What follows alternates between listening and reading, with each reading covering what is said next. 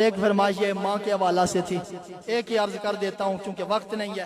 اللہ اکبر، جس طرح کا حکم ہوتا ہے کوشش یہی ہوتی ہے کہ جس طرح حضور کا غلام راضی اسی طرح راضی رہنا چاہیے۔ حکم ہے ایک بات جلدی سے عرض کرتا چلوں، وہ ایک باپ طلاق ہو گئی، ماں کی وفات ہو گئی، ایک بچہ چھوڑ کے گئی، بیوی کو جب وہ فوت ہوئی نا، اللہ اکبر، تو باپ کے پاس ایک بیٹا ہے، 4-5 سال اس کی عمر ہے، اور بیوی فوت ہو گئی۔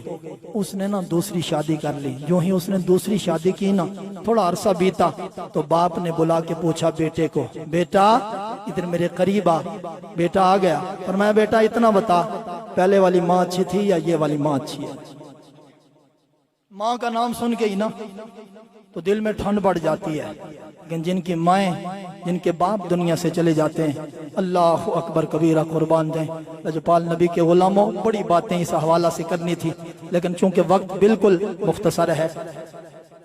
باپ نے پوچھا بیٹے سے، بیٹا بتا پہلے والی ماں اچھی تھی یا یہ والی ماں اچھی ہے؟ اللہ اکبر، بیٹا رونے لگا۔ بچے من کے سچے ہوتے ہیں، دل میں نا ماں کی یاد آ گئی، ہاں وہ بڑا عرصہ ہو گیا تھا، بول گیا تھا، شرارتیں پھر جاری ہو گئی تھی، ہاں وہ پہلے والی ماں اچھی تھی یا یہ والی؟ بیٹا رونے لگا۔ کہا بیٹا رونے کا تو نہیں کہا، روتا کیوں ہے، کوئی تکلیف ہے؟ ابو جی نہیں۔ فرمایا یہی پوچھا ہے کہ پہلی والی ماں چنگی ہے یا یہ والی ماں اچھی ہے؟ کہا پہلے والی ماں اچھی نہیں تھی کیونکہ وہ سچی نہیں تھی، یہ والی ماں اچھی ہے کیونکہ یہ سچی ہے۔ اللہ اکبر، بات آخری ہے اور پھر یار زندہ ملاقات باقی۔ اللہ اکبر، آج میں نے اپنی طرف سے کوئی بات اس حوالہ سے نہیں کی، یہی کوشش ہوتی ہے کہ جس طرح کی منتظمین کی فرمائش ہو۔ اب بات ختم ہونے والی ہے، توجہ، اللہ اکبر۔ کہا بیٹا پہلے والی ماں اچھی تھی یا یہ والی ماں اچھی ہے؟ بیٹا رونے لگا، کہا بیٹا سچی بات بتا۔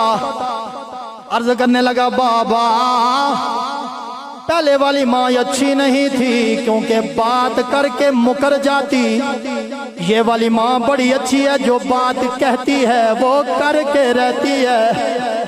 اللہ اکبر، بیٹا پہلے والی ماں بڑی نیک، پرہیزگار، تہجد گزار، تیری خدمت گزار، وہ اچھی کیوں نہیں؟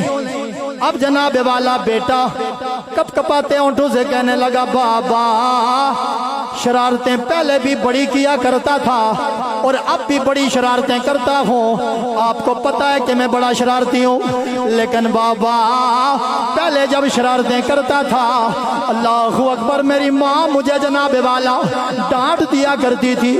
ایک بار کچن میں شرارت کی، برتن شرارت کی وجہ سے ٹوٹ گیا، ماں نے مجھے تھپڑ مارا، پہلی والی ماں نے کچن سے باہر نکال دیا، گھر سے باہر نکال کے فرمایا بیٹا جا، چلا جا، تجھے کھانا کوئی نہیں دینا۔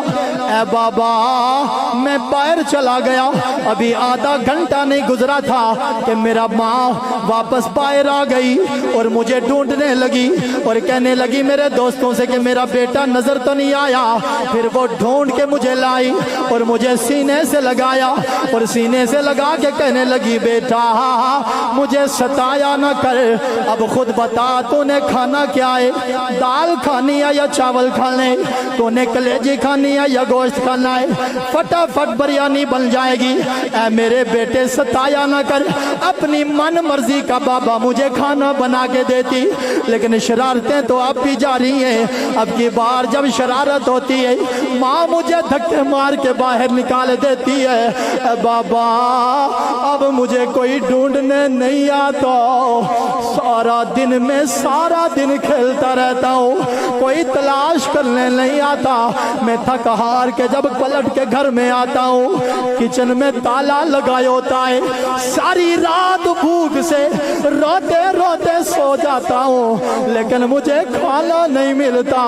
اے بابا یہ والی انکار نہیں کرتی جو بات کر دے، پہلی والی ماں مکر جایا کرتی تھی۔ اللہ اکبر، اہل دل کہتا ہے کہ ماں